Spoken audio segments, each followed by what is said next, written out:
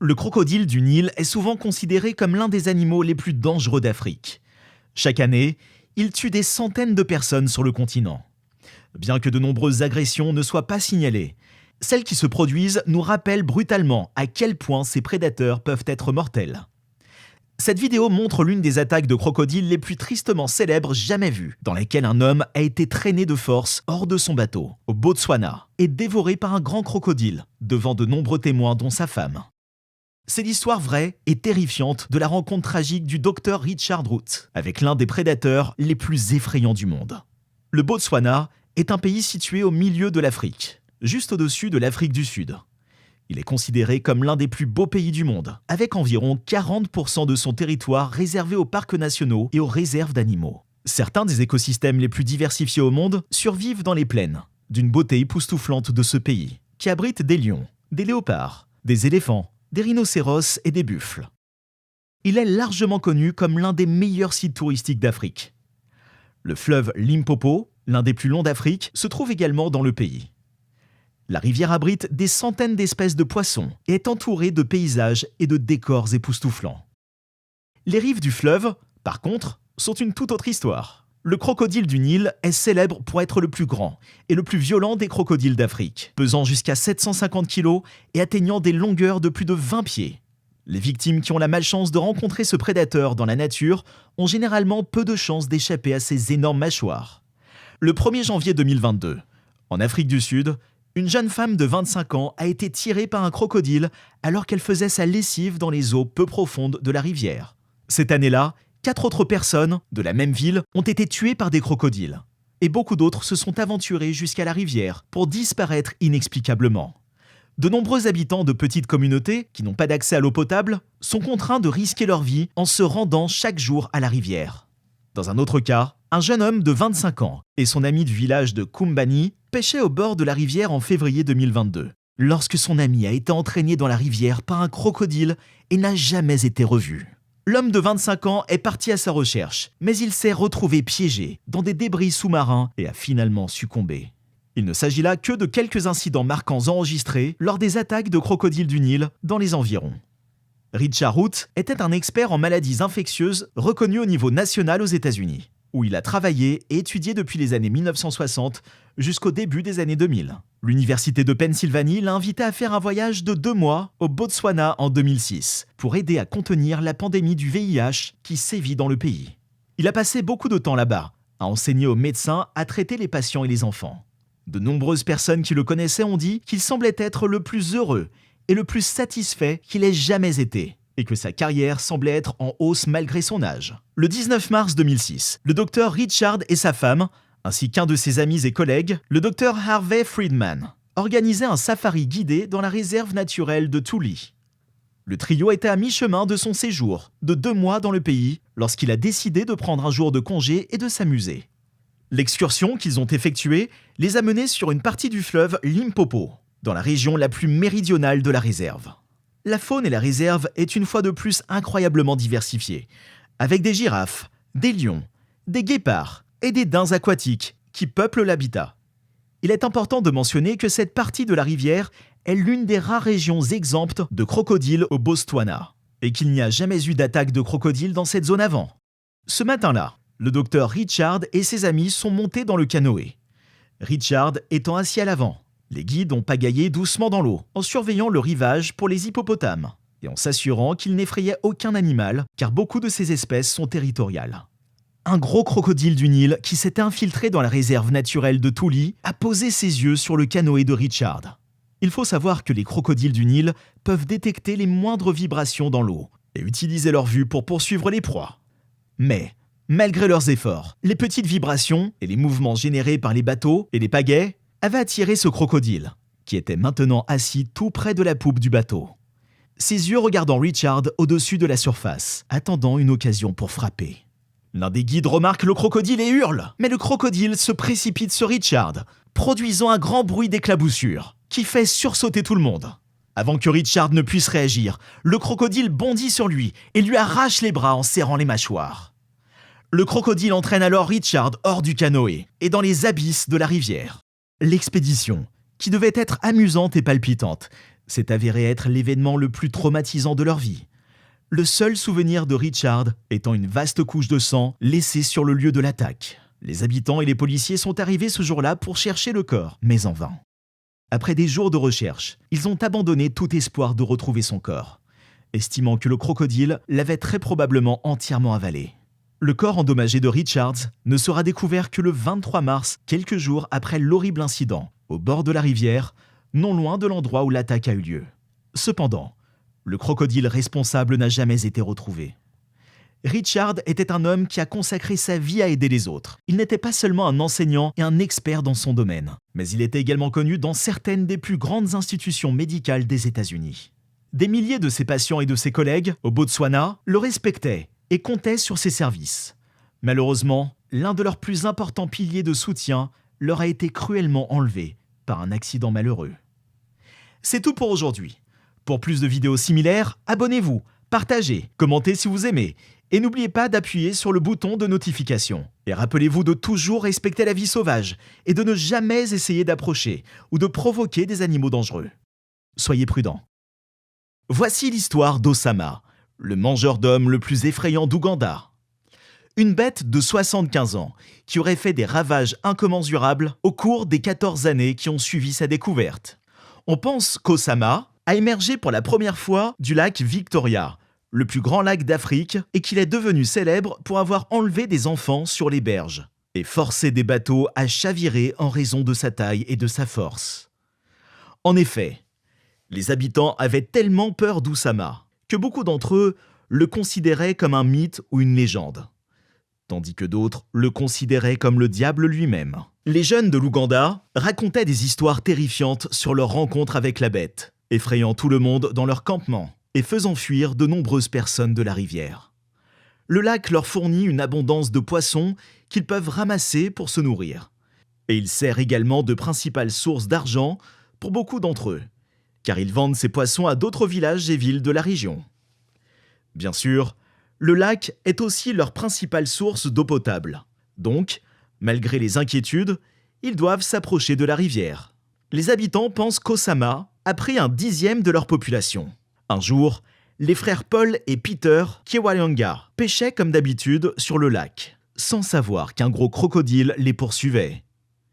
Le crocodile, dont la taille est estimée à 5 mètres, bondit hors de l'eau et attrape Peter par la jambe, déclenchant une énorme bagarre. Une vérité peu connue sur les crocodiles du Nil est qu'ils ne sont pas toujours des prédateurs solitaires et qu'ils sont bien plus intelligents que la plupart des gens ne le pensent. Dans certaines situations, ces anciens reptiles ont été observés formant des meutes pour chasser des animaux plus grands comme les buffles ou même les éléphants. À ce moment-là, Paul se souvient avoir entendu ce qu'il décrit comme un déchirement intense qui a poussé Pierre à pousser des cris d'angoisse, criant à son frère à plein poumon que sa jambe était fracturée. Une équipe de plongeurs locaux a ensuite découvert des vêtements déchiquetés, flottant dans le lac, dont Paul a confirmé qu'il s'agissait de son frère. Bien qu'il n'ait jamais souhaité se tromper autant, les soupçons de Paul ont été tragiquement confirmés lorsque les restes de Peter ont été retrouvés, ce qui l'a amené à conclure qu'Oussama avait selon toute probabilité entièrement consommé le corps de son frère. Les habitants et les responsables de la faune sauvage ont travaillé ensemble pour attraper le tristement célèbre crocodile du Nil, Osama. En 2005, dans une étonnante démonstration de bravoure et de ruse, une équipe de 50 personnes dirigée par l'Uganda Wildlife Authority a fini par maîtriser le crocodile en déployant un collet en cuivre pour capturer les dents de l'animal. Comme l'a noté le Science Times de l'époque, Osama fait désormais partie du programme d'élevage fructueux d'Uganda Crocs. Pour une bonne raison, les crocodiles du Nil sont des mangeurs d'hommes notoires dans de nombreuses régions d'Afrique. Bien que les humains ne soient pas leur proie naturelle, quelques situations peuvent les amener à nous rechercher comme source de nourriture. L'une des principales raisons est l'interférence de l'homme dans leur environnement et la surpêche dans leur région, qui limite le nombre de petites proies disponibles pour eux. Ils ont également un caractère extrêmement violent par rapport aux autres membres de leur espèce, notamment les crocodiles d'eau salée, et attaqueront tout ce qu'ils considèrent comme une concurrence ou un danger. Si vous vous trouvez un jour sur leur territoire, il est essentiel d'être vigilant et de ne jamais rien faire qui puisse les provoquer ou les menacer. Les attaques de crocodiles sur les humains sont souvent le résultat d'un conflit entre l'homme et la faune sauvage, en particulier lorsque les habitats se chevauchent et que les deux espèces sont proches l'une de l'autre. Cela peut également se produire lorsque des personnes se trouvent près d'un plan d'eau et font des choses comme laver des vêtements, se baigner ou se procurer de l'eau potable dans la rivière. Il est essentiel de comprendre que les crocodiles sont des animaux très dangereux qui doivent être approchés avec une extrême prudence. C'est tout pour aujourd'hui. Pour plus de vidéos similaires, abonnez-vous, partagez, commentez si vous aimez et n'oubliez pas d'appuyer sur le bouton de notification. Et rappelez-vous de toujours respecter la vie sauvage et de ne jamais essayer d'approcher ou de provoquer des animaux dangereux. Soyez prudents. Ginger Meadow était une jeune et belle mannequin et reine de beauté américaine qui aimait la vie et l'indépendance. La manière dont elle est morte pendant ses vacances en Australie était assez horrible et perturbante. L'horreur qu'elle a vécue lorsqu'un crocodile a pris son temps pour la coincer et lui infliger la terreur était incroyablement déchirante et tragique. C'est dommage qu'elle ait eu une part de responsabilité dans l'attaque qui mit fin à sa vie. Nous ne pouvons que souhaiter que plus de gens prêtent une attention accrue aux avertissements et évitent simplement de nager dans des zones infestées de crocodiles. Le capitaine du bateau et les autres membres du personnel ont averti plusieurs fois la pauvre âme de ne pas s'approcher ni de mettre un pied dans l'eau, car les crocodiles d'eau salée n'hésiteraient pas à l'attraper et à la dévorer. Malheureusement, elle avait trop de conceptions erronées sur les crocodiles et ne pensait pas que sa nécessité de se rafraîchir dans l'eau se terminerait par de la pure terreur et de la torture. Voici l'histoire de Ginger Meadow, la célèbre reine américaine des concours de beauté dévorée vivante par un féroce crocodile en Australie. Ginger Meadow, originaire du Colorado, aux États-Unis, n'était pas un mannequin ordinaire. Elle ne poursuivait pas la célébrité la poursuivait, et les magazines de mannequins les mieux payés la sollicitaient souvent pour quelques photos parce qu'elle était belle et avait un sourire incroyable. Elle se moquait aussi de l'argent et n'hésitait pas à travailler dans des emplois ordinaires, ne laissant certainement pas une personne riche ou célèbre prendre le contrôle de sa vie et la revendiquer comme une sorte de femme trophée ou amante. Elle était entrepreneuse, travailleuse acharnée et aimait lire. Malheureusement, elle aimait aussi trop regarder des films et se laissait facilement fasciner et intriguer. Cela se manifeste dans sa fascination pour des films comme Crocodile Dundee. C'est pourquoi elle a décidé de voyager en Australie pour des vacances qui ont tragiquement mis fin à sa vie. Ses amis la décrivaient souvent comme une fille très douce avec un grand cœur et beaucoup de sagesse, et aussi avec de la personnalité, car elle était l'une de ces mannequins qui ne permettaient pas au mannequinat de devenir sa vie ni à une agence de mannequins de la contrôler. Elle aimait être une âme libre et voyager souvent, n'hésitant même pas à accepter des emplois sporadiques tout en voyageant pour économiser de l'argent et obtenir un logement gratuit. Nous comprenons pourquoi elle était fascinée par le film Crocodile Dundee et est partie en Australie pour vivre le moment et explorer. Après tout le monde était intrigué par le film le plus rentable. Cette comédie d'action se déroule principalement dans l'outback australien, avec Paul Hogan dans le rôle du robuste Mick Dundee et l'actrice américaine Linda Kozlowski dans le rôle du reporter Sue Charlton. Ce qui a vraiment accroché des gens comme Ginger Meadow, c'est qu'il était inspiré par les exploits réels du bushman Rod Ansel, devenu célèbre pour son histoire de survie lorsqu'il est resté 56 jours avec des provisions limitées dans le désert, devenant ainsi une nouvelle mondiale. Les gens ont tellement aimé le film qu'il est devenu le film le plus rentable de tous les temps en Australie, le film australien le plus rentable dans le monde entier, et le deuxième film le plus rentable aux États-Unis en 1986. Ginger Meadow était tellement fan du film qu'elle voulait vivre une aventure similaire. Malheureusement, lorsque le crocodile l'a attaquée, elle n'avait pas sa version de Crocodile Dundee pour la sauver. C'est peut-être un rappel que ce que nous voyons dans les films doit rester dans les films et que nous ne devrions pas sortir pour l'imiter dans la vraie vie, aussi intéressant et intriguant que cela puisse être. Après tout, Ginger Meadow a ignoré les avertissements et a sauté dans des eaux extrêmement dangereuses infestées de crocodiles, une action qui aurait pu être motivée par sa fascination pour ce qui s'était passé dans ce film, où Sue avait été offensée par l'affirmation de Mick qu'elle était incapable de survivre seule dans la nature. Alors elle a décidé de sortir seule pour lui prouver qu'il avait tort, a pris son fusil et est partie. Bien que Mick l'ait suivie pour s'assurer qu'elle allait bien, lorsqu'elle s'est arrêtée à une rivière pour recueillir de l'eau, elle a été attaquée par un grand crocodile, mais a été instantanément sauvée par Mick. Cela fait se demander si Ginger Meadow était aussi naïve au point de penser que, même attaquée par un crocodile, un gentleman séduisant apparaîtrait pour la sauver et finir dans un drame romantique dans la magnifique nature sauvage australienne. Et nous n'exagérons pas. Beaucoup de gens développent des fantasmes, enfin, presque tous, donc même si Ginger était une fille robuste, elle a peut-être été emportée par un fantasme lorsqu'elle a sauté à sa mort. Son histoire était vraiment difficile à comprendre parce qu'après que ses restes aient été retrouvés le lendemain de l'attaque, un autre crocodile a tenté de sauter sur le bateau transportant ce qu'il restait d'elle dans un sac et a essayé de l'attraper. Je vous parlerai davantage de cette folie dans un instant. Regardons d'abord l'incident de manière plus détaillée et quelques témoignages assez troublants. Car, croyez-le ou non, Ginger n'est pas entrée seule dans l'eau, mais son acte courageux de tenter de s'échapper en a fait une proie facile et peut être, involontairement, a littéralement sauvé l'autre femme qui était avec elle. Au début du mois de mars 1987, Ginger Meadow, âgée de 24 ans, était intriguée et fascinée par le film Crocodile Dundee. Et comme elle planifiait déjà des vacances amusantes dans un endroit chaud, elle a décidé d'aller en Australie et de là en Papouasie-Nouvelle-Guinée. Elle était une sorte de routarde et avait l'intention de simplement vivre des expériences, travaillant dans les endroits où elle restait en échange d'un logement gratuit, et ainsi de suite. Donc, son choix était de séjourner dans des auberges de jeunesse et de rencontrer des gens du monde entier. Elle ne voulait pas séjourner dans des hôtels de luxe où des guides touristiques leur montrent le pays et, au passage, les encouragent à dépenser des milliers de dollars par semaine. Selon ses amis, elle avait l'intention de continuer à voyager pendant des mois, voire une année entière. Quoi qu'il en soit, Ginger est arrivée en Australie à la mi-février et s'amusait à voyager d'une ville à l'autre, souvent en compagnie d'autres voyageurs optimistes qui cherchaient également des sensations fortes et de vraies expériences dans ces contrées lointaines. Au début du mois de mars, elle était à Perth et a rencontré Jane Burchett, avec qui elle s'est liée d'amitié.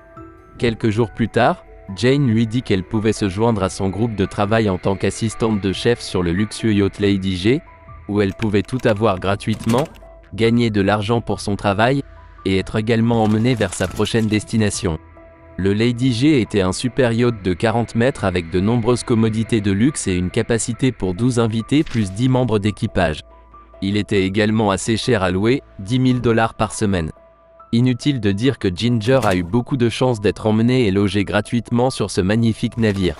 Ginger était enthousiaste à l'idée et ne pouvait pas croire qu'elle passerait quelques semaines sur un yacht de luxe célèbre qui coûtait si cher à louer, et qu'elle pourrait également visiter des endroits célèbres et difficiles d'accès, explorer les côtes reculées de l'Australie qui ne peuvent être atteintes que par bateau. Ainsi, elle se retrouva bientôt sur le luxueux Lady G, travaillant en tant qu'assistante de chef aux côtés de son amie, la chef Jane Burchett, qui était également nouvelle sur le yacht. Le personnel et le capitaine étaient très amicaux, mais ils ont aussi averti Ginger de ne jamais nager dans les baies ni de mettre un pied près de l'eau à ces endroits, car c'est là que prolifèrent les crocodiles d'eau salée, surtout près des mangroves et des buissons denses et des arbres près du rivage. On lui expliqua que, contrairement aux alligators, les crocodiles recherchent activement et chassent les humains et les perçoivent même comme des proies faciles. Et elle ne devrait pas sous-estimer un crocodile ni ignorer les avertissements. C'était la procédure standard sur le yacht pour assurer la sécurité des invités et de l'équipage. Elle se sentait un peu frustrée car on ne lui permettait jamais de nager dans ces endroits parce que, contrairement à la mer ouverte, l'eau de ces régions était toujours claire, calme, peu profonde et assez tentante. Elle ne pouvait pas non plus croire à quel point l'équipage et le capitaine étaient sérieux au sujet des dangers posés par les crocodiles. Mais ils avaient raison, et ils ne voulaient rien de mal lui arrive. Ils lui disaient souvent que les crocodiles pouvaient s'approcher en une fraction de seconde, et qu'elle ne survivrait pas pour raconter l'histoire. Elle répondait en plaisantant, « Oui, je sais, on me l'a dit au moins 1 million de fois. » Le travail et le voyage sur le yacht étaient une bénédiction du ciel. La distance entre Darwin et Perth est d'environ 1900 milles nautiques, et il faut au moins 10 jours en bateau. Mais le yacht faisait également de nombreuses escales en chemin pour admirer les vues époustouflantes et les nombreuses baies avec des paysages majestueux et une faune intrigante. Personne n'était pressé, et le voyage se déroulait à merveille. Cependant, les choses ont changé le 29 mars, et le joyeux voyage s'est transformé en un cauchemar infernal.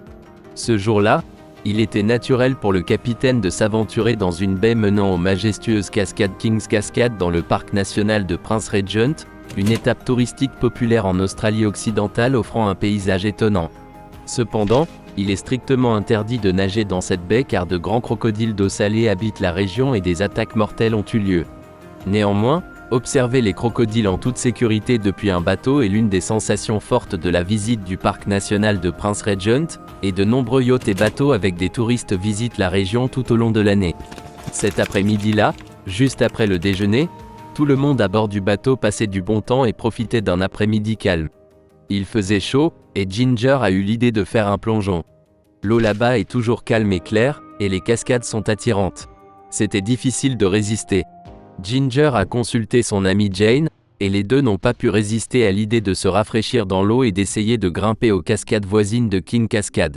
Cependant, elle a hésité au début car elle se souvenait que le capitaine du bateau, Bruce Fitzpatrick, et d'autres membres de l'équipage avaient dit à plusieurs reprises que personne ne pouvait nager ni même mettre un pied dans l'eau car il y avait des crocodiles d'eau salée partout, et ils n'hésiteraient pas à tuer et à manger quiconque essaierait. Cependant, les deux ont décidé que c'était sûr et que cela valait la peine d'essayer. Elles ont sauté dans les eaux infestées de crocodiles et ont commencé à nager vers la cascade. Alors qu'elles nageaient et approchaient du mur, le capitaine Bruce était sur le point de leur crier et de leur demander de revenir immédiatement au yacht lorsqu'il a vu un énorme crocodile de 4 mètres s'approcher d'elle. Il a eu peur et a immédiatement commencé à leur crier, mais c'était trop tard car le crocodile avait déjà repéré les dames. Il était en mode chasse et cherchait de la nourriture. Alors, il a crié à l'équipage de mettre le bateau en marche pour secourir les dames. Mais cela n'était pas facile non plus car le grand bateau ancré prend au moins 10 minutes pour se désancrer et se déplacer. Le capitaine n'était également pas amateur d'armes à feu et n'avait aucun fusil sur le bateau. Aucun des membres de l'équipage n'osa jouer les héros et sauter dans l'eau car il savait qu'une telle action signifierait qu'une autre personne pourrait avoir besoin d'être secourue. Cependant, ils utilisèrent quelques objets pour éclabousser de l'eau tout en criant dans une tentative de distraire le crocodile de Ginger et Jane. Mais tout s'est passé si rapidement qu'ils ne pouvaient pas faire grand-chose car ce qui s'est passé ensuite a duré moins de 2 minutes. Les filles regardaient horrifiées tandis que la bête se précipitait vers elles, sachant qu'elle n'avait nulle part où aller. Il était aussi trop tard pour nager jusqu'au yacht. Alors, elles commencèrent à nager aussi vite qu'elles le pouvaient vers les cascades, où il était possible de grimper sur les murs et d'être au moins à quelques mètres au-dessus de l'eau et peut être en sécurité face à la bête affamée. L'eau était peu profonde au bord de la cascade et seulement jusqu'à la taille. Ce n'était pas aussi facile à escalader que les deux dames le pensaient car c'était tout simplement trop humide et glissant, et elles n'étaient pas de bonnes grimpeuses. Cependant, le monstre crocodile géant continuait d'avancer. Alors, elles continuaient à lutter pour grimper et réussir à se positionner à moins d'1 mètre de hauteur sur le bord du mur et observaient simplement le crocodile les rattraper. Les crocodiles peuvent sauter autant que leur longueur hors de l'eau. Donc, même si les deux dames étaient déjà debout au bord de l'eau, la situation restait extrêmement dangereuse, et elles savaient qu'ils pouvaient facilement les attaquer et les traîner dans l'eau. Ginger Meadow et Jane se sont simplement retrouvées entre l'enclume et le marteau. Elles tremblaient de peur et d'horreur, et la pauvre Ginger priait probablement pour quelqu'un comme Crocodile Dundee vienne la sauver à ce moment-là. Lorsque le crocodile les atteignit, il s'arrêta à seulement 2 mètres, élargissant ses énormes mâchoires devant elles, provoquant l'horreur et la terreur le long de leur colonne vertébrale. À ce moment-là, Ginger commença à crier comme une folle. De plus, elle portait des chaussures en caoutchouc qui permettaient de grimper sur des surfaces mouillées, alors elle les enleva et les lança au monstre. Elle réussit à lui frapper la tête, le forçant à refermer sa gueule terrifiante. Mais la bataille n'était pas terminée, et le monstre n'était pas prêt à abandonner. C'est dommage qu'elle n'ait pas eu de matériaux plus solides à lui jeter car si elles en avaient eu et avaient réussi à le frapper à la tête quelquefois, il aurait probablement reculé. Mais elles étaient simplement 2 femmes en bikini s'amusant, nageant dans des eaux infestées de crocodiles, loin de chez elles et en sécurité, et tristement, elles n'avaient aucune connaissance sur la manière de réagir dans ces situations insolubles. Soudain, le crocodile disparut sous l'eau, mais il était toujours là, observant les 2 femmes et réfléchissant à son prochain mouvement. Il se préparait probablement à sauter hors de l'eau et attraper l'une d'elles. À ce moment-là, Ginger décida de tenter un saut de foi et d'essayer quelque chose de fou. Elle lâcha la main de Jane, sauta dans l'eau et commença à nager parallèlement au mur dans une tentative apparente de se mettre à l'abri. Elle pensait probablement qu'elle pourrait atteindre la rive proche en nageant plus vite que le crocodile. Peu savait-elle que les crocodiles sont rusés et rapides, et qu'ils préfèrent chasser dans ou près de l'eau, où ils prospèrent et passent la majeure partie de leur vie. Elle avait à peine fait 2 brassées dans l'eau que le crocodile lui encercla la taille de ses mâchoires et la tira hors de l'eau juste devant Jane, qui regarda les yeux dans les yeux de Ginger pour la dernière fois, puis l'entraîna sous l'eau. C'était la dernière fois qu'on la vit en vie. Les équipes de secours la recherchèrent et finirent par trouver son corps démembré le lendemain, le jour censé être son 25e anniversaire. À ce jour, le capitaine du bateau et les autres membres de l'équipage ne comprennent pas pourquoi Ginger et Jane ont décidé de violer la règle la plus importante lorsqu'elle était sur le yacht, qui est de ne pas entrer dans l'eau. Le capitaine Bruce, qui a été témoin de l'attaque, a parlé à plusieurs reprises, non pour justifier ce qui s'est passé, mais pour rappeler que négliger des avertissements sérieux peut être fatal, surtout lorsqu'on traite avec des prédateurs ou si l'on est proche d'eux. Après la découverte des restes de Ginger ou de ce qui en restait, une autre chose folle et triste s'est produite. L'équipe de sauvetage qui a trouvé ces restes parmi un groupe de palétuviers a utilisé un bateau pour récupérer son corps et a placé les restes dans un sac. Après cela, ils ont procédé à se déplacer là où les équipes d'urgence ont établi un poste de commandement pour la recherche et le sauvetage. Tout en se déplaçant dans le bateau à moteur de 4 mètres, un crocodile géant a sauté hors de l'eau à plus d'1 mètre de hauteur et a essayé de monter sur le bateau pour manger les restes de Ginger. Le crocodile a littéralement déchiré l'extrémité du sac mortuaire et a tenté de le déchirer. Bien que le crocodile ait disparu après cette deuxième attaque, l'équipage du bateau était dans un tel état de choc et d'horreur qu'ils ont, craignant une autre attaque, fait demi-tour et ont jeté l'ancre dans le bassin Saint-Georges jusqu'à ce qu'un plus grand navire des douanes arrive pour prendre les restes et compléter le voyage jusqu'à Broome. La seule personne qui pouvait venir des États-Unis pour identifier les restes de Ginger était son ex-mari, avec qui elle s'était mariée il y a quelques années. Doe Macaulay est arrivé à Broome et s'est effondré en larmes en voyant qu'il ne restait presque rien de son ex-femme, sauf quelques morceaux de chair et d'os à peine attachés. Heureusement, son visage et sa tête étaient toujours intacts, permettant au pauvre homme de confirmer qu'il s'agissait d'elle. Merci de nous avoir regardés, et n'oubliez pas de liker, partager, vous abonner et cliquer sur l'icône de la cloche de notification.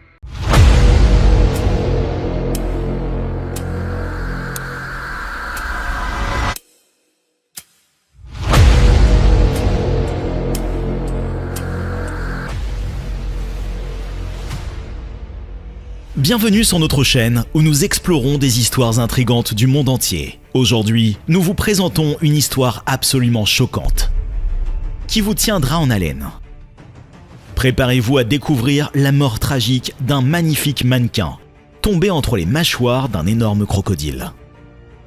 Imaginez le décor pittoresque d'un lieu exotique, les couleurs éclatantes de la nature et l'attrait de l'aventure. Notre histoire nous emmène dans un de ces endroits où la vie d'un jeune mannequin a tragiquement croisé celle d'un prédateur de premier ordre. Dans cette vidéo, nous dévoilons les détails glaçants de cet incident et mettons en lumière les dangers qui guettent les animaux sauvages. Nous allons vous présenter notre protagoniste. Un mannequin éblouissant qui s'est embarqué dans un voyage pour capturer la photo parfaite au milieu de la beauté sauvage de la nature. Elle était loin de douter que sa séance de photos de rêve se transformerait en un cauchemar incompréhensible. Grâce à des entretiens avec des témoins oculaires, des amis et des experts, nous reconstituons les événements qui ont conduit à cette rencontre fatidique. En explorant cet incident, nous nous pencherons sur le comportement et les instincts de ces prédateurs préhistoriques et nous apporterons des éclaircissements sur ce qui a pu provoquer cette attaque fatale. Nous discuterons également des implications plus larges des interactions entre l'homme et la faune et de l'importance de comprendre et de respecter le monde naturel que nous partageons. En fin de compte, cette histoire est un rappel poignant de la fragilité de la vie et des forces imprévisibles de la nature. Rejoignez-nous pour naviguer dans ce récit captivant et dévoiler les circonstances glaçantes qui entourent cet événement tragique. En examinant ce malheureux incident, nous espérons sensibiliser les gens et les encourager à mieux apprécier l'attrait et les dangers de la nature. Notre histoire nous ramène en 1987. Dans la magnifique région de Cascade Falls, au sud de Darwin, en Australie. Le capitaine du navire, Bruce Fitzpatrick, raconte les événements de ce jour fatidique où Ginger Meadows, un mannequin à temps partiel, a ignoré les avertissements et a décidé de s'aventurer dans les eaux infestées de crocodiles. Contre l'avis de l'équipage, Ginger Meadows et son amie, la chef Jane Burchey, ont plongé leur orteil dans l'eau, inconscientes du danger qui les guettait. Tandis qu'elles s'ébattaient dans la piscine cristalline, les membres de l'équipage ont escaladé les chutes majestueuses, inconscients du danger imminent qui se profilait en contrebas. Le capitaine Fitzpatrick, depuis son poste d'observation, aperçoit un crocodile qui s'approche silencieusement des femmes. Il crie d'urgence, mais il est trop tard. Les mouvements fulgurants du prédateur empêchent les jeunes filles de rejoindre la sécurité du bateau. Acculées à la paroi de la cascade, leur terreur grandit à mesure que le crocodile se rapproche. Dans une tentative désespérée pour repousser le crocodile, Jane Burchett a courageusement lancé sa chaussure, frappant le prédateur à la tête. Temporairement assommé, le crocodile disparaît sous la surface de l'eau. Dans un moment de panique, Ginger Meadows prend une décision fatale. Croyant peut-être pouvoir nager jusqu'au rivage, elle lâche le bras de Jeanne, saute dans l'eau et fait 2 brasses. Tragiquement, le crocodile saisit rapidement Ginger par la taille et l'entraîne dans les profondeurs de l'eau. Jeanne, impuissante et horrifiée, assiste à toute l'épreuve. Alors que la vie de Ginger est brutalement arrêtée, le corps de la jeune femme a été retrouvé le lendemain, le jour de son 25e anniversaire. Cet incident a provoqué une onde de choc dans le monde entier, captivant l'attention et nous rappelant les dangers qui se cachent sous la surface des eaux infestées de crocodiles. Le capitaine Fitzpatrick, qui a été témoin de l'événement, souligne l'importance de tenir compte des avertissements et d'être conscient des risques inhérents à la baignade dans de telles zones. Cet événement tragique n'est pas un cas isolé. Récemment, un homme de 47 ans a perdu la vie en tentant de traverser à Cahill's Crossing, un célèbre passage de rivière, dans le parc national de Kakadu, malgré les panneaux avertissant de la présence de crocodiles d'eau salée. Cet homme a été victime d'un reptile tueur. En réfléchissant à ces incidents, le capitaine Fitzpatrick exprime sa perplexité face à l'indifférence persistante des gens à l'égard des dangers de la baignade avec des crocodiles.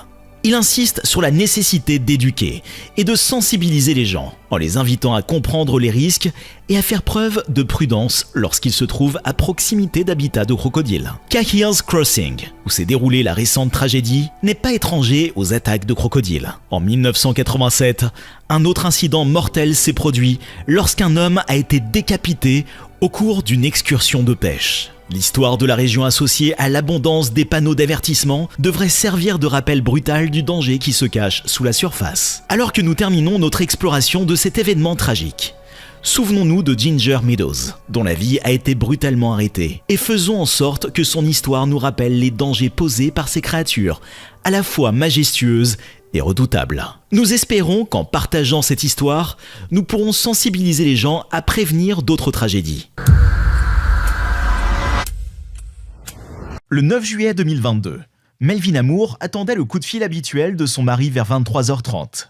Denis, un homme de routine, était sorti pour sa promenade nocturne, un moment durant lequel il appelait sa femme et discutait avec elle, ce qui indiquait à quel point le lien du couple était fort. Comme elle avait fait des heures supplémentaires ce soir-là, Melvina était assez fatiguée, mais cela n'allait pas l'empêcher de répondre à Denis. Alors que Melvina attendait l'appel de son mari ce soir-là, elle s'inquiétait rapidement au fur et à mesure que le temps passait, car aucun appel ou signe de Denis ne se présentait. Melvina a informé les autorités de son absence, mais elle était loin de se douter que le corps sans vie de son mari gisait dans une allée, entouré de plusieurs pitbulls, non loin de la maison. De retour à la maison, la police est arrivée et Melvina les informe rapidement de la route que Denis emprunte habituellement lors de ses promenades nocturnes. C'est maintenant dimanche matin et sans appel de la police, Melvina tente un autre appel sur le portable de Denis. Mais au lieu de son mari, c'est la police qui répond. Cela alerte instantanément Melvina que quelque chose de terrible est arrivé à Denis. Ce n'est que quelques heures plus tard que la mère de 7 enfants a découvert les détails effrayants de la mort de son mari. Le père de 3 enfants et beau-père aimant de 7 enfants s'était rendu à environ 2 pâtés de maison de son domicile. C'est alors qu'il a été entouré par plusieurs pitbulls et qu'il a été impitoyablement déchiqueté par eux dans une attaque frénétique. D'après une enquête menée par la police de Saint-Louis, des rapports avaient ensuite indiqué que Denis avait probablement été dévoré vivant. Lors de l'autopsie de Denis, un médecin légiste a révélé que ce dernier souffrait d'une maladie cardiaque et qu'il était probablement mort d'un choc consécutif à l'attaque. L'examinateur a également mentionné que la plupart des blessures qui avaient été infligées au corps de Denis s'étaient produites après l'arrêt de son cœur. Pour ajouter à l'horreur de cet incident, les enquêteurs qui avaient découvert le corps de Denis avaient en fait trouvé une deuxième victime, un homme de 92 ans, qui avait subi des morsures importantes de plusieurs chiens qu'il avait également attaqués dans la même allée. Le contrôle des animaux de Saint-Louis a saisi 3 chiens soupçonnés d'être impliqués dans les attaques. Le contrôle des animaux a ensuite fait correspondre les descriptions de plusieurs morsures de chiens dans la région, ce qui indique qu'il s'agit presque certainement des coupables, qui ont finalement coûté la vie à Denis Moore et en ont blessé un autre. Si vous avez le malheur de vous trouver dans une situation où vous êtes attaqué ou confronté à un pitbull, il est important de résister à l'envie de crier et de vous enfuir. Restez immobile, les mains le long du corps, et évitez de regarder le chien dans les yeux, car cela pourrait être perçu comme un défi. Lorsqu'un chien ne s'intéresse plus à vous, reculez lentement jusqu'à ce qu'il soit hors de vue. Si le chien attaque, donnez-lui votre veste, votre sac à main, votre vélo ou tout ce que vous pouvez mettre entre vous et le chien. Si tu tombes sur le sol, mets-toi en boule avec tes mains sur tes oreilles et reste immobile. Veillez également à ne pas crier et à ne pas vous rouler par terre. Quant aux propriétaires de pitbull, ils doivent garder à l'esprit quelques responsabilités clés pour s'assurer que leur chien est en bonne santé non seulement physique, mais aussi émotionnelle. Si vous voulez être un propriétaire de pitbull responsable, il est important que vous preniez les mesures suivantes. Stérilisez votre chien. Faites vacciner votre chien. Emmenez les chiens à risque chez des dresseurs. Socialisez votre chien. Dressez votre chien. Apprenez à votre chien à se comporter correctement. Et enfin, tenez votre chien à l'écart des situations stressantes. Et n'oubliez pas que l'homme n'est pas la seule espèce qui réagit négativement au stress. L'histoire suivante est considérée comme l'attaque de requin la plus vicieuse de l'histoire. Il existe deux types d'attaques de requins. Attaque provoquée et attaque non provoquée. Le premier type est lorsque des humains provoquent des requins et sont attaqués par la suite. Le deuxième type est quand le requin mord une personne par curiosité ou, dans des cas plus rares, par envie de manger. Cette histoire d'attaque s'est produite dans les environs de Port Lincoln, à Wiseman's Beach, dans la baie de Peak, en Australie méridionale. Shirley Ann Durden, son mari Barry et leurs 4 enfants ont déménagé de Carcou, une ville rurale australienne, pour s'installer sur la côte de la baie de Peak. Le déménagement était également une évidence pour la famille car, comme beaucoup d'autres, elle envisageait depuis longtemps de vivre au bord de la mer. La famille avait prévu de passer l'après-midi à la plage le 3 mars 1985, avec un ami proche de Shirley et Barry. Les 3 adultes se préparaient à plonger pour pêcher des coquilles Saint-Jacques et les enfants jouent à proximité. Shirley et Barry disent aux enfants qu'ils reviendront et qu'ils ne seront pas trop loin au large pendant que le trio d'adultes s'habille et prépare son équipement de plongée. Les enfants, qui sont déjà excessivement absorbés par les jeux de plage, font des signes d'au revoir à la hâte, inconscients des horreurs qui les attendent. Après avoir ramassé leurs coquilles Saint-Jacques, Barry et son mari retournent sur le rivage et attendent que Shirley finisse de ramasser des coquilles de plus. Shirley, qui était fascinée par le spectacle et l'expérience dans son ensemble, se rend soudain compte qu'elle a ramassé beaucoup plus de coquilles Saint-Jacques qu'elle n'en avait l'intention, et elle commence à faire demi-tour en direction de sa famille. Un grand requin blanc d'environ 5 mètres de long, extrêmement affamé, remonte à la surface des profondeurs de la mer Bleue à la recherche de son prochain repas.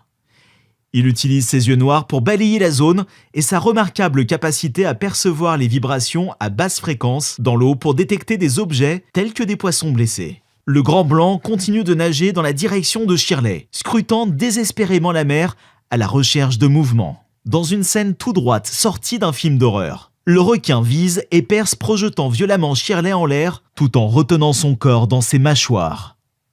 La bête éclabousse l'eau et serre sa mâchoire encore plus fort pour garder le corps de Shirley, écrasant son torse avec son énorme mâchoire. Les hommes et les enfants, qui sont à ce moment-là figés par le choc, regardent impuissants la bête continuer son carnage sur la pauvre Shirley. Puis, il commence à secouer vicieusement sa tête d'un côté à l'autre, une technique que la plupart des requins utilisent habituellement pour arracher les membres, l'épaisse graisse et la chair de leur proie. L'eau de l'océan devient rouge. Barry sort alors de son état de transe et tente de se jeter à l'eau pour la suivre. Mais il est immédiatement retenu par son ami. Sous le regard horrifié de la famille de Shirley, les hommes et les enfants restent immobiles, en voyant le torse de Shirley flotter, face contre terre, dans l'eau après que le grand requin blanc l'ait mordu en deux à partir de la taille. Soudain, le grand requin blanc revient et, sous leurs yeux, mord la tête de Shirley, avant de se retourner et de nager dans les profondeurs de l'océan. L'histoire n'est pas terminée pour autant. Selon les témoignages, les sauveteurs ont tenté de sortir les restes de Shirley de l'eau, mais n'ont jamais réussi à localiser son corps. Il n'y avait absolument aucune indication du torse de Shirley, même après des jours de recherche diligente, pour aider sa famille à récupérer au moins une partie d'elle. Finalement, les recherches ont été abandonnées. Plus tard, on a supposé que le requin était revenu chercher le corps de Shirley une troisième et une dernière fois, avant d'achever ce qui restait d'elle une fois pour toutes, laissant Barry et les enfants avec rien d'autre que leur souvenir, de la femme qu'ils adoraient tous. L'incident suivant est considéré comme l'une des plus horribles attaques d'hyènes de l'histoire de l'Afrique du Sud. Cette horrible attaque s'est produite dans le célèbre parc safari d'Afrique du Sud, le parc Kruger. Les énormes montagnes, les plaines de brousse et les forêts tropicales, qui constituent la vaste géographie du parc Kruger, abritent une grande variété d'espèces de mammifères, de reptiles et d'oiseaux. On trouve dans le parc une série d'animaux parmi les plus magnifiques, mais aussi les plus dangereux du continent. Une liste qui contient l'hyène tachetée, ainsi que les lions, les léopards, les éléphants, les crocodiles, les hippopotames et les serpents. Erco Jens van Rensburg, 15 ans, ses parents et ses 2 sœurs ont pris la décision de passer des vacances en famille au Crocodile Bridge Camp de Kruger en juin 2016. Les 2 premiers jours du voyage, Erco et sa famille ont profité des paysages magnifiques, de la faune unique et des exploits incroyables que le parc avait à offrir. La 3e nuit du voyage, à 4h30 du matin, tout le monde dort profondément dans sa tente. Une hyène tachetée adulte sort des bois et se déplace prudemment en direction du camp de la famille. Elle s'approche furtivement de la tente d'Erco et de ses parents, regarde par l'ouverture sous la toile et fixe son attention sur la famille endormie. Il est important de rappeler que, malgré l'idée fausse répandue selon laquelle les hyènes sont des chasseurs opportunistes, elles sont en fait des chasseurs très compétents, capables d'abattre des proies beaucoup plus grandes qu'elles et de déchirer les os grâce à leurs puissantes molaires et prémolaires. Erco était endormi, exposé et sans protection pendant que la hyène se tenait pratiquement immobile devant lui, pendant un bref moment. Lorsque l'hyène s'est agrippée au visage d'Erco, le son des os de son crâne qui craque comme un sac de chips l'a réveillé.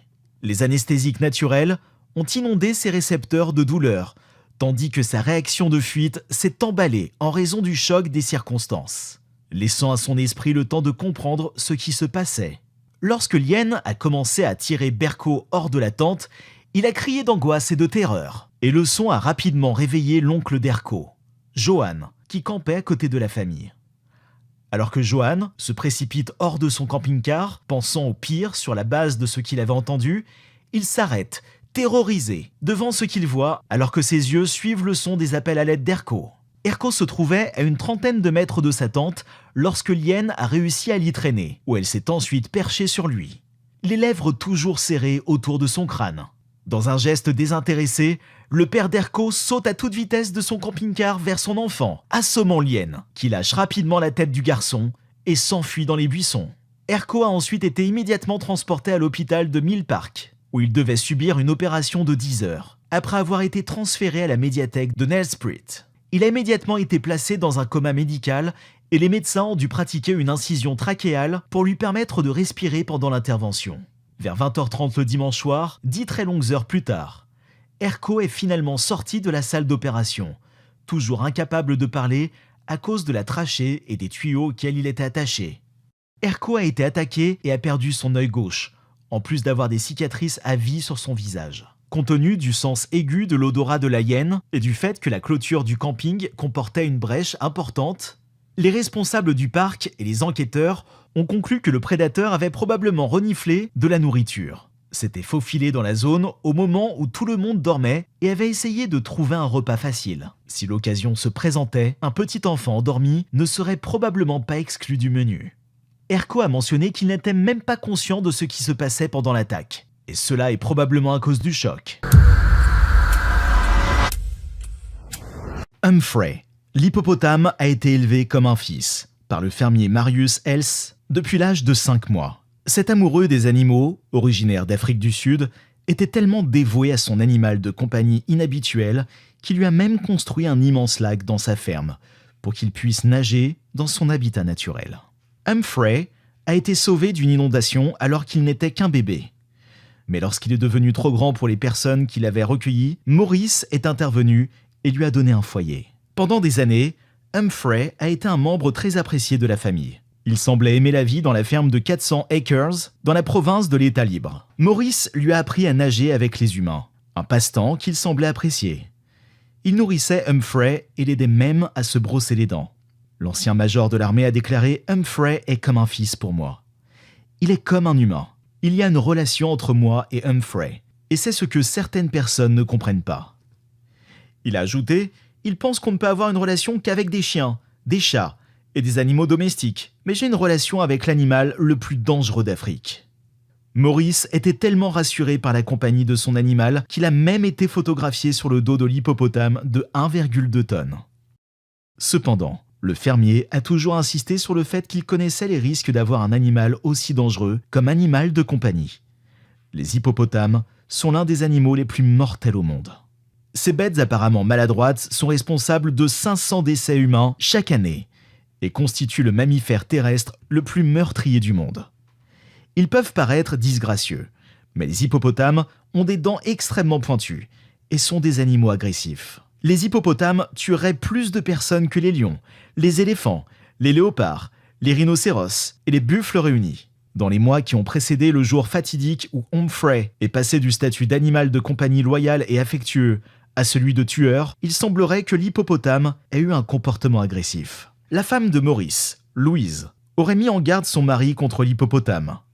Depuis 2011, selon des rapports en Afrique du Sud, un homme de 52 ans et son petit-fils faisaient du canoë sur la rivière qui traverse la ferme de Maurice. Humphrey les a repérés et on pense qu'il a essayé de les chasser. Le couple a dû passer 2 heures piégés dans un arbre avant que Maurice n'arrive pour tenter de faire fuir son animal avec une pomme. Il a dit « Je l'appelle » et il répond immédiatement pour venir jouer avec moi. Je lui donne des pommes. Il ouvre sa bouche, de grandes mâchoires et des dents comme ça. De plus, l'hippopotame s'échappait régulièrement de son enclos et se rendait au club de golf local, où il poursuivait les joueurs sur les greens. Maurice a toujours insisté sur le fait que l'hippopotame fugueur pouvait toujours être ramené à la ferme. Mais ceux qui le connaissaient, lui et Humphrey, n'étaient pas convaincus. Un des voisins de Maurice a déclaré qu'il avait essayé de le prévenir, mais qu'il ne voulait rien entendre. Puis, en novembre 2011, Humphrey s'est complètement retourné contre l'homme qui le considérait comme un fils. Il a mordu Maurice à mort, l'agriculteur ayant été découvert complètement immergé dans la rivière où Humphrey avait été secouru 6 ans plus tôt. Il avait subi d'horribles marques de morsures et de terribles blessures. Les secours ont été appelés, mais à leur arrivée, Maurice était mort et rien ne pouvait être fait pour le sauver. Jeffrey Weeks, porte-parole de Netcare 911, un prestataire de soins de santé sud-africain, a déclaré que les ambulanciers sont arrivés sur les lieux et ont constaté que l'homme avait été mordu plusieurs fois par l'animal. C'est tout pour aujourd'hui. Pour plus de vidéos similaires, abonnez-vous, partagez, commentez si vous aimez et n'oubliez pas d'appuyer sur le bouton de notification. Et rappelez-vous de toujours respecter la vie sauvage et de ne jamais essayer d'approcher ou de provoquer des animaux dangereux. Soyez prudents. Bienvenue, mesdames et messieurs, dans une histoire glaçante qui se déroule dans les eaux sauvages de la rivière Adélaïde, en Australie. Aujourd'hui, nous vous présentons l'histoire choquante de Michael Jackson, le crocodile albinos mangeur d'hommes, dont le règne de terreur a fait frémir les habitants et les visiteurs. Rejoignez-nous pour plonger dans le monde mystérieux de ce prédateur de premier ordre et dans les événements saisissants qui se sont déroulés sur les rives du fleuve. Mais tout d'abord, posons-nous la question. Que se cache-t-il sous la surface tranquille de la rivière ? Quel secret se cache dans les profondeurs attendant de se révéler ? Et qui est cette créature notoire connue sous le nom de Michael Jackson ? Dans l'épisode actuel, un crocodile d'eau salée albinos sème la terreur dans une rivière bien connue d'Australie et dévore 4 personnes. Voici la terrible histoire de Michael Jackson, le crocodile dévoreur d'albinos. Michael Jackson était un crocodile. Il a été nommé ainsi en raison de sa couleur particulière et vivait dans la rivière Adélaïde, en Australie. Sa tête était blanche, mais son corps était foncé et brun. Il était atteint d'albinisme. Il était bien connu des habitants de la région et facile à voir depuis un bateau ou la rive. Le Michael Jackson, endormi, avait une tête blanche et un corps noir. Voyons si nous pouvons l'approcher. Michael, vous pouvez maintenant partir. La tête blanche et le corps noir sont Michael Jackson. Je ne sais pas où il va apparaître, alors je m'en vais tout de suite, pour vivre jusqu'à l'âge adulte. Il a bien fait. De telles marques entraînent la mort rapide de beaucoup d'éclosions. Comme ils n'ont pas de camouflage de leurs contemporains à la peau plus foncée, ils sont facilement prédatés. À l'âge adulte, ce crocodile mesurait 4 mètres et demi, soit plus de 14 pieds, et pesait environ 400 kg, soit 880 livres. Il occupait une position d'autorité. Il avait grimpé jusqu'au sommet. Son corps, blessé au combat, a beaucoup souffert. Il lui manque une bonne partie du côté. Sa peau blindée est couverte de coupures et d'éraflures. C'était son territoire et sa sphère d'influence. Il a passé de nombreuses années à vivre près de la même rivière. Les crocodiles d'eau salée sont des mangeurs opportunistes qui peuvent atteindre une longueur maximale de 6 mètres, soit près de 20 pieds, et vivre plus de 70 ans. Ils peuvent se refermer à la vitesse de l'éclair et avec une tonne de pression grâce à leur mâchoire puissante. Les chercheurs ont découvert que les crocodiles d'eau salée, l'une des 23 espèces de crocodiliens vivants, avaient les forces de morsure les plus fortes, mesurant jusqu'à 3700 PSL. Les humains exercent une pression de morsure de 150 à 200 PSL, tandis que les hyènes, les lions et les tigres exercent une pression de morsure d'environ 1000 PSL. La rivière a été visitée par un pêcheur et sa femme le 18 août 2014, un lundi. Il y a plusieurs zones le long de la rivière qui sont bien appréciées par les crocodiles et les gens pour la pêche. L'homme en a choisi une qui se trouvait à côté d'une ancienne voie de ferry qui descendait dans l'eau. Les pêcheurs y pêchent fréquemment le barramundi, un poisson de sport très prisé, connu pour sa capacité de combat féroce et sa chair blanche délectable. Les gens viennent au bord de l'eau à la recherche de ces poissons dans l'espoir d'en attraper un. Ce jour-là, le pêcheur non identifié a jeté sa canne à pêche à plusieurs reprises dans l'eau. Il a lancé le leurre dans la rivière et l'a lentement remonté, espérant accrocher quelque chose. Sa femme est restée plus haut sur la berge, profitant de la nature et de l'air frais. Le pêcheur remontait lentement la ligne après une brève période de pêche lorsqu'il a senti son leurre s'accrocher. Il tire sur la canne à pêche lorsque la ligne se tend, mais rien ne se passe. La canne est à nouveau emmêlée et il tire à nouveau. Le leurre était coincé, probablement parce qu'il s'était emmêlé dans les algues ou des branches sous-marines, à quelques mètres de là. Il pouvait voir l'endroit où la ligne entrait dans l'eau. C'était tout près. Il ne voulait pas couper la ligne et recommencer. Alors il posa la canne à pêche et se mit à marcher dans l'eau. Il suivit soigneusement le fil de pêche qu'il tenait à la main jusqu'à la surface de l'eau. Il ne se doutait pas qu'il était observé. Depuis qu'il avait installé sa canne à pêche environ 1 heure plus tôt, il était observé. Quelque chose attendait le bon moment pour émerger de l'eau trouble. Aucun signe révélateur. Aucune bulle s'échappant d'en bas. Aucune ondulation provenant d'un quelconque mouvement n'était présent. Le pêcheur de 57 ans se tenait sur les rives de la rivière qui coulait paisiblement. Les habitants de la région étaient pourtant conscients du danger que représentait la rivière. Les nombreux crocodiles qui peuplent la rivière sont exploités lors d'excursions d'observation des crocodiles. Les touristes prenaient des photos, tandis que les bateaux passaient à toute allure devant des crocodiles immobiles, dont seuls les yeux et le museau sortaient parfois de l'eau. Mais lorsque les touristes montaient à bord des croisières pour crocodiles, ils assistaient au spectacle étonnant d'un énorme crocodile qui s'élançait hors de l'eau à quelques centimètres seulement. C'est un spectacle à couper le souffle. Les guides touristiques suspendent des morceaux de viande à des poteaux métalliques pour capturer ces moments. À la grande joie des clients qui payent, les crocodiles suivent les bateaux et sautent hors de l'eau. Et tout cela ne fait que tenter les crocodiles. Ils apprennent que les gens sont synonymes de nourriture et que suivre les bateaux apporte des avantages. Il n'est pas surprenant que des attaques aient eu lieu dans le passé. Des personnes ont été entraînées dans l'eau depuis leur bateau. Le cas de Ginger Meadows est sans doute le plus connu. Lorsque l'attaque s'est produite en 1987, elle était une voyageuse britannique de 23 ans qui se trouvait avec un groupe d'autres voyageurs pour une visite touristique de la rivière Adélaïde. Un crocodile de grande taille a soudainement surgi de l'eau et a saisi la femme par le bras alors qu'elle était assise à l'avant du bateau. Elle a été projetée dans l'eau par la force de l'attaque, après quoi le crocodile l'a entraînée. Malgré les efforts du guide touristique et des autres touristes pour la sauver, Meadows n'a pas pu échapper à l'emprise du crocodile. Elle a finalement été entraînée sous l'eau et tuée. De nombreux autres touristes présents au moment de l'attaque ont exprimé leur inquiétude quant à la sécurité du grand public lorsqu'ils visitent la rivière Adélaïde, qui abrite des crocodiles d'eau salée. Malgré cela, les gens continuent à passer du temps en plein air et près de la rivière. Le pêcheur a été attrapé par le crocodile albinos alors qu'il plongeait dans l'eau pour récupérer son fil de pêche.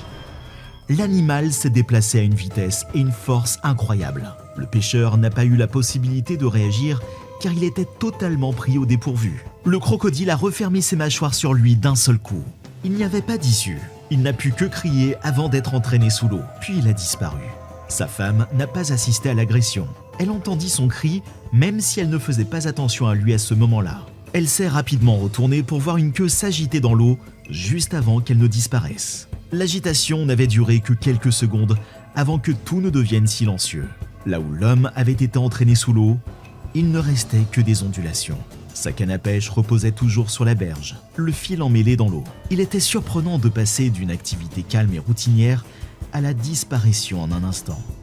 Tony Blooms, qui supervise les croisières de crocodiles sur l'Adelaide River Queen, a été appelé par sa femme en panique. Alors qu'il se trouvait à proximité, il s'est empressé de chercher son mari, mais n'a pas réussi à le localiser. Il a ramené la femme à Darwin après avoir appelé les services d'urgence pour soigner le patient en état de choc. Les recherches ont été aidées par des agents de la faune et de la flore et par la police. Après avoir entendu des coups de feu à 20h30, ils ont découvert la dépouille de l'homme à 21h30.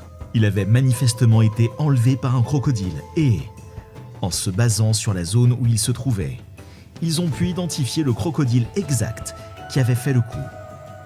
Ils ont poursuivi le crocodile semi-albinos, nommé Michael Jackson, et l'ont tué d'un coup de feu.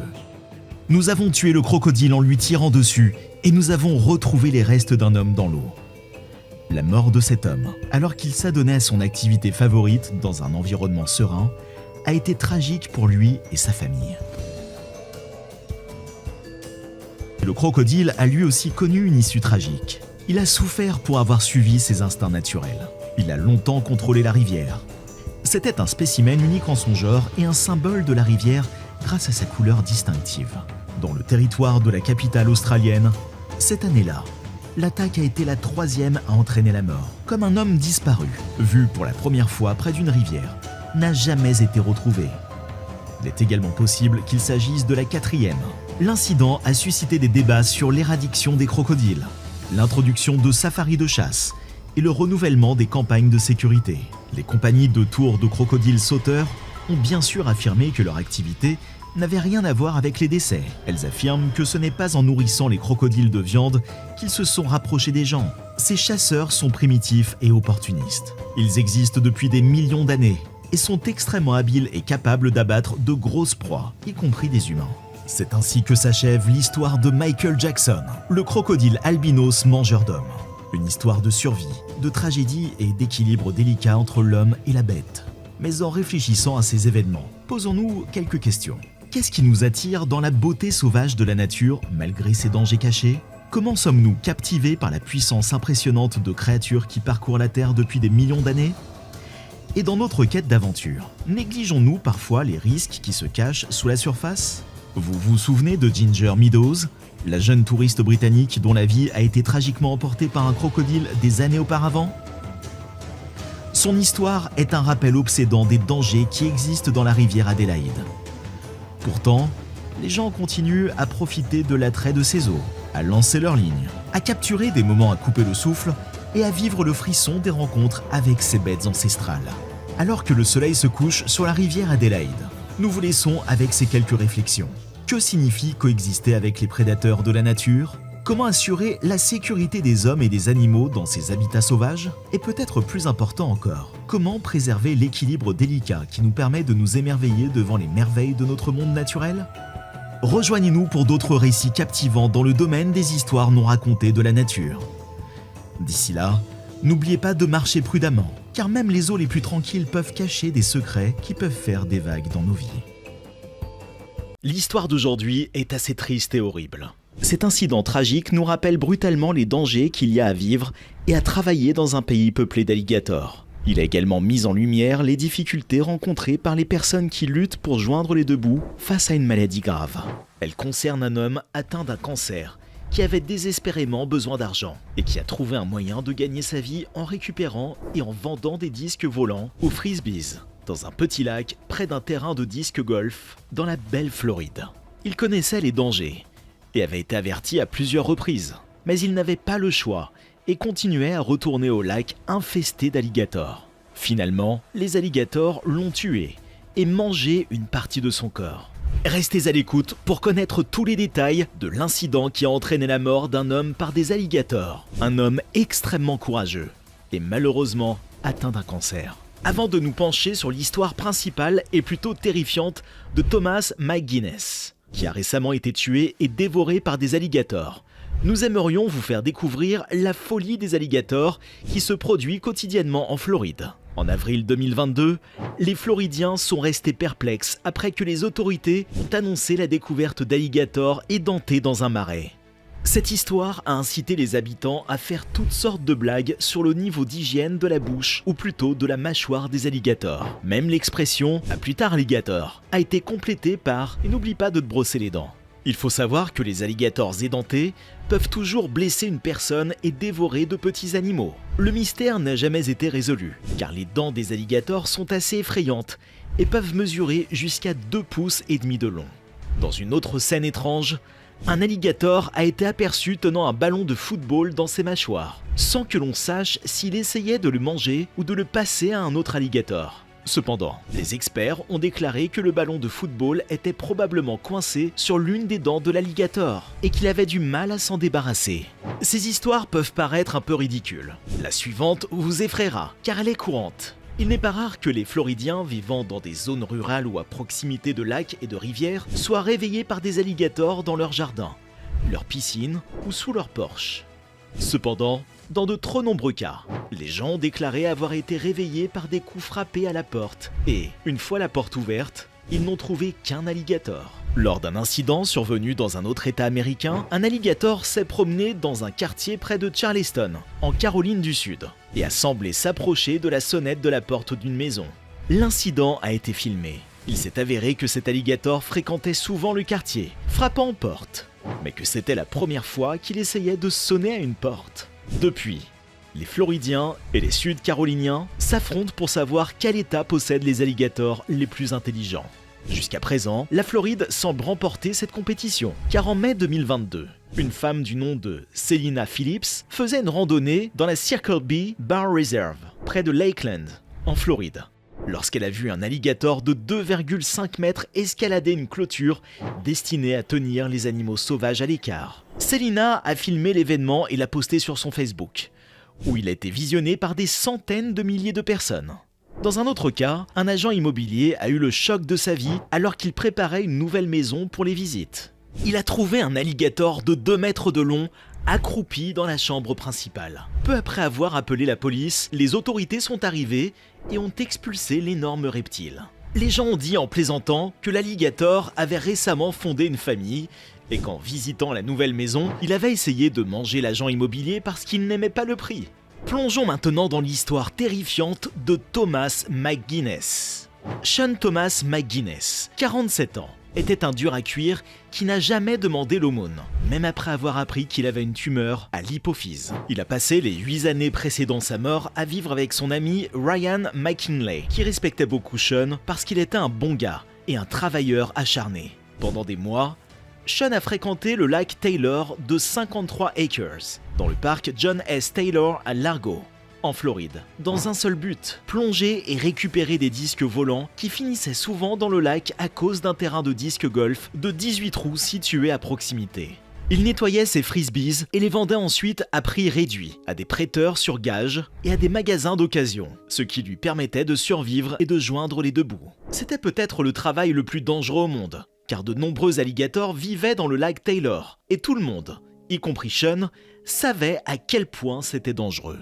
Derek Erskine était également un visiteur régulier du lac Taylor et connaissait Sean. Il l'a souvent averti des dangers qui le guettaient, mais Sean les a balayés d'un revers de main. Le mardi 31 mai 2021, Sean s'est rendu au lac très tôt le matin pour récupérer des frisbees. Mais ce jour-là, il s'est passé quelque chose qui a effrayé au moins un alligator. Sean a été violemment attaqué et traîné sous l'eau, où 3 de ses membres ont été dévorés par les bêtes. Vers 8 h du matin, un visiteur du parc promenant son chien a trouvé le corps démembré de Sean dans le lac et a contacté la police. Plusieurs alligators du lac ont été chassés et tués. Mais la police pense qu'aucun de ces alligators n'est à l'origine de l'attaque contre Sean, et le coupable est toujours en liberté.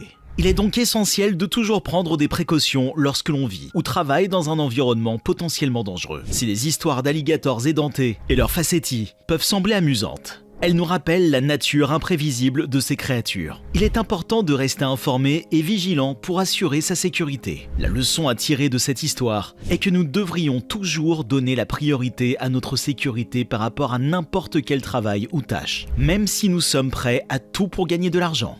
Il est important d'évaluer les risques et de prendre des précautions pour éviter de se mettre en danger. Il est également essentiel d'écouter les avertissements des autres, surtout lorsqu'il s'agit de situations dangereuses. En fin de compte, rien ne vaut que l'on sacrifie sa vie. Et il est essentiel de donner la priorité à notre sécurité et à notre bien-être. Avez-vous connaissance d'attaques mortelles récentes d'animaux sauvages dans des zoos, des parcs de safari ou en pleine nature près de chez vous? Faites-le nous savoir dans la section des commentaires. Vous avez aimé cette vidéo? Nous sommes sûrs que vous l'avez aimée. Alors n'oubliez pas de vous abonner, d'aimer et d'appuyer sur le bouton cloche, parce que nous allons mettre en ligne d'autres superbes vidéos tout le temps.